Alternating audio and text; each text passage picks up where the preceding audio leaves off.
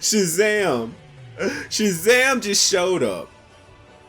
He looked at the defeated and depleted fake Captain Marvel, the trashy, forgettable, unlikable Carol Danvers, aka Brie Larson. And he was just like, you know what? Let me show you how to do a real Captain Marvel movie right quick. Hold my beer. You know what? Matter of fact, take it to the kitchen. The real Captain Marvel, but for all intents and purposes, let's call him Shazam. He showed up to the box office and he shattered it. This man destroyed the box office. Billy Batson and Shazam just came in and they wrecked up shop. They are calling this movie the resurrection, the renaissance of the DCEU. They have put DC back on the map. They have shown Marvel Entertainment what's really for the fans, what really goes into making a proper Captain Marvel movie. And I went to go see this because I have a hookup at the movie theaters. And I wish I would have paid for it. This movie was that damn good. So you start off with the scene of the villain. And yes, this is going to be a spoiler review or assessment of this movie. So if you don't want to be spoiled, click off of it. But if you do, if you don't mind, from this point onward, we're going to be spoiling things. So we jump in to the scene of the boy in the car and with his family, and they're driving down the street. He's playing with a little magic 8-ball or whatever, and he's really into magic and stuff. That's what you get from this opening scene. So you really open up to Shazam, or the ancestor, looking for his champion, because all the other gods, all the other 7 chairs, they're dead. They're gone. His brothers and sisters are gone, and the 7 sins, they're anticipating being released. They're like, you still haven't found your champion. So he's looking out and he retrieves this young man, and he produces a test, right? He's like, look, there's certain temptations in life that if you're pure of heart, you're going to resist. And of course, I'm paraphrasing that a little bit. And the boy reaches out to some stone. I think this is the Eternity Stone, or some kind of stone that seals away the 7 deadly sins. And because he was seduced by the lust for power, he fails the test and he's sent away. And what this does, this makes him go on a lifelong journey to refine this secret realm, to refine this realm so he can assume the power that he feels like he's due. From this point onward, like 30 or 40 years pass. Oh, by the way, he almost gets his father killed, and his brother blames him. And right from the beginning, the brother and the father, or more aptly, the father, treats him like a douchebag. He's, you're weak, you're this and you're that, and blah, blah, blah. And this might have been the cause for him to lust after power. And the father allows it because he's trying to teach his son to be a man. Oh, yeah, you got to fight your own battles, blah, blah, blah. And this sets up for a really creative scene later on in the movie, or a really fun scene, rather. So you go to current day, and you meet up with Billy Batson. He's screwing around with the cops. And Billy Batson, he's on a mission to find his mother, because he's in a foster care system or whatnot. He's bouncing from foster home to foster home. He's ran away from all of them, and he's on a quest. He's on a journey to find his mother, because his mother lost him at a carnival or whatever, at a amusement park. And the mother, don't feel bad. I'm going to tell you right now, don't feel bad for her. Really, just don't feel bad for this person, because you find out some information later on that kind of pissed me off. It really did. But Billy Batson, he gets passed off to this last group home. It's not even a foster care family anymore. It's this group home. And you would think that with the way that most movies try to portray the foster care system, like, oh, the parents are greedy and looking for money or whatever, when you get to this group home family, they're literally the best thing that a foster care kid could hope for. They're nice, they're hip, they're not, you know, too old fogies. They're really, you know, they're really good people that like taking care of kids. They're legitimately good people. And he gets a whole family of just really great brothers and sisters. Carla, she runs up to him like they found a perfect child actress to portray this, because that reminded me of my little sister right there. It really did. Like back when she was like, what is it, like 3 or 4 years old? Yeah, it reminded me of that. Like just cute as a button, and just like they just portrayed her as an innocent little doe. Then you have Tiny Tim over here, which I guess that was supposed to be his character. I don't know what disease they said that he had. Like they played around. He doesn't have anything terminal. That was like a joke. But I guess he has polio somehow. I don't know. And then you get the rest of the family members, you know, your generic teenage or like college aged female character with the cell phone in hand, and the token fat character, I guess, fat kid or whatever. And he has his first day at school, Billy, and the little Tiny Tim character, they hit it off. They're the friends. They're supposed to be friends. Or rather, Tiny Tim hits it off with Billy, and it takes Billy a while to kind of, you know, team up and be friends with him, because when they get to the school, you get two douchebag, a-hole kids who like drive up. They're the rich kids of the school. They drive up in like a Ford F-150, which I guess this is high school where they're able to drive. And they nearly run over the kid who's supposed to be the Tiny Tim ripoff character or whatever. And Billy Batson stands up for him. He fights for his brother, his foster brother or whatever. And they initiate a chase. Some way he ends up on a subway. And this causes for Shazam to summon him to the realm where he passes on his powers to him. Because he's like, look, I don't have any other choice. You're a good kid. You know, you have to take my powers. And of course he does, which transforms him into Shazam. This is his full potential. That's the whole point of the form. It's his full potential. And he has all 7 powers of the gods. I think he has the strength of Hercules. I'm not going to remember all that. The powers of Zeus. The speed of, I'm not gonna pretend like I remember all the names, but he literally has god powers, right?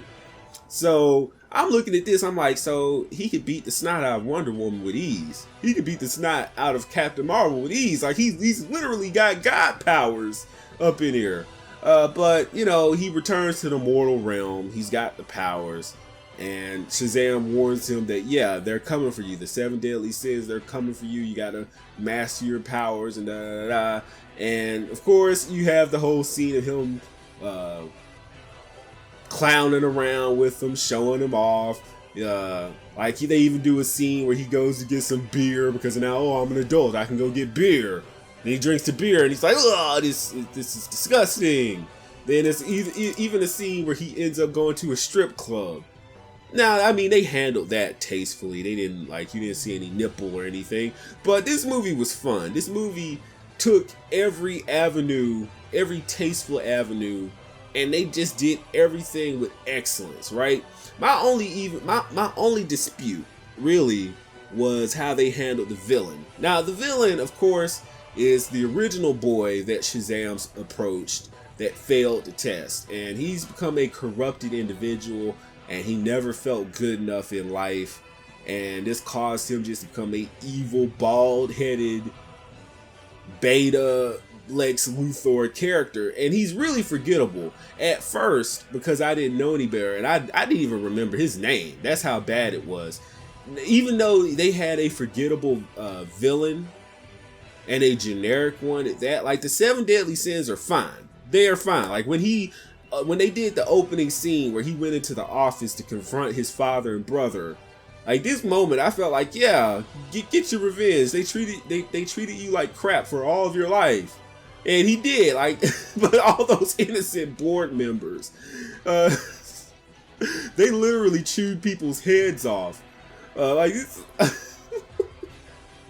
Like that was good. Even though the villain was forgettable, he had really good moments, and he got his revenge on his brother and father. Like he literally just threw his brother out the daggone window of a 20-story skyscraper. Man, this movie was good. This movie was good. I even with a forgettable villain, and I feel like they're saving the Black Adam storyline for like a sequel, like Shazam versus the Black Adam or something like that. But this movie is a 10 out of 10. I can't complain about it. There's nothing really to complain about. Like, my only discrepancy is the villain could have been someone more known to the Shazam lore. I mean, what they worked with was fine, but I would have preferred someone that was more known. And even in the end, they did something really cool. Because they got to the point where you get to the climax of the movie, and Billy, or Shazam, learns the true power of sharing power. So what he does, he takes the staff, and this is my own theory. I think he shared the powers of the other 7 gods. Like, I don't think he shared his Shazam power, like what he got from Shazam personally, but I think he split the other powers of the other gods amongst his siblings. So all of them basically became Shazam characters. You know, like they became their own souped up, full potential characters to help fight off the 7 deadly sins. And I thought that was really cool because I know there is one continuity where Shazam is comprised of like multiple kids and it wasn't just Billy Batson. So, you know, I feel like this was a really interesting approach because now you've opened up the door to have the Shazam squad, or whatever they decide to name them, the Shazam group versus the Justice League, or something like that. Because inevitably, you're gonna have Shazam versus Superman. Whether they have to pay Henry Cavill X amount of dollars to come back, or whatever, I feel like the door is open for a Shazam versus Justice League movie, and that would be big.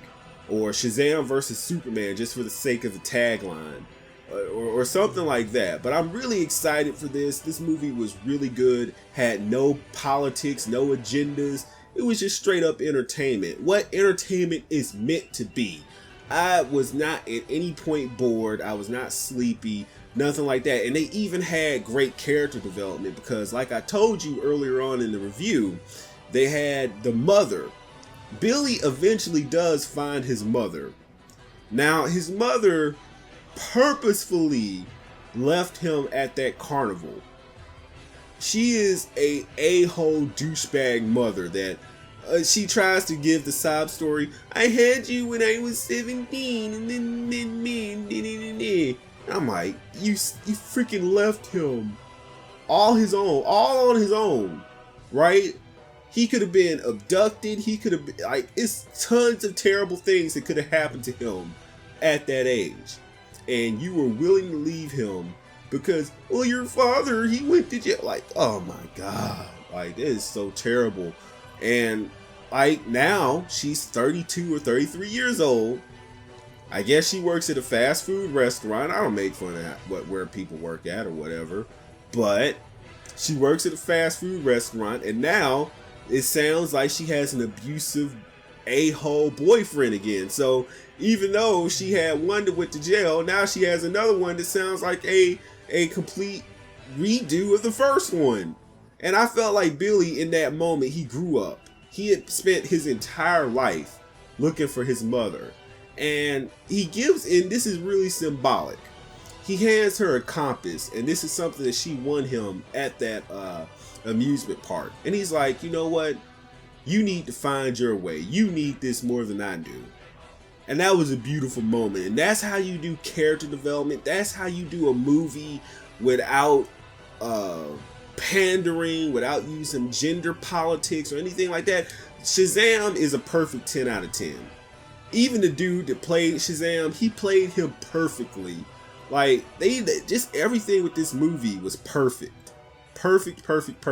Even the little outro scene, man, the outro scene where Billy and his brother show up to have lunch, with the Tiny Tim character, right? I'm gonna keep calling him Tiny Tim. And basically, early on in the movie, he lied and told everyone that Shazam was gonna show up and have dinner with them or whatever, or have lunch with them, and he didn't. But now this time, Billy transforms into Shazam, sits down.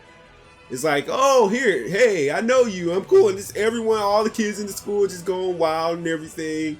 He sits down, have lunch with them.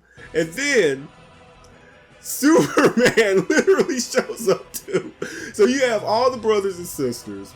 You have Shazam. And then you have the Man of Steel himself sitting down having lunch with him. This was perfect, man. This is perfect. Even the outro credits were perfect. And way better than the entire Captain Marvel movie. Like, man, I'm gonna have to do a review about that. But I hope you guys enjoyed this one. Perfection at the movies, I guess we'll call this or whatever. Because Shazam was a 10 out of 10. Perfect. Everything about it was great. And if this ever does come out on DVD or Blu-ray, I suggest you get it as a collector's item or whatever. Because this is the start of DCEU taking prominence over the Marvel Entertainment Universe. So I hope you guys enjoyed it. Hit it with a subscribe, hit it with a like, all that good stuff. Click that notification bell for more content from the #1 anime, gaming, Dragon Ball content creator and journalist. Of course, the quality is in the name itself, perfection. And I will see you in the next video. Peace.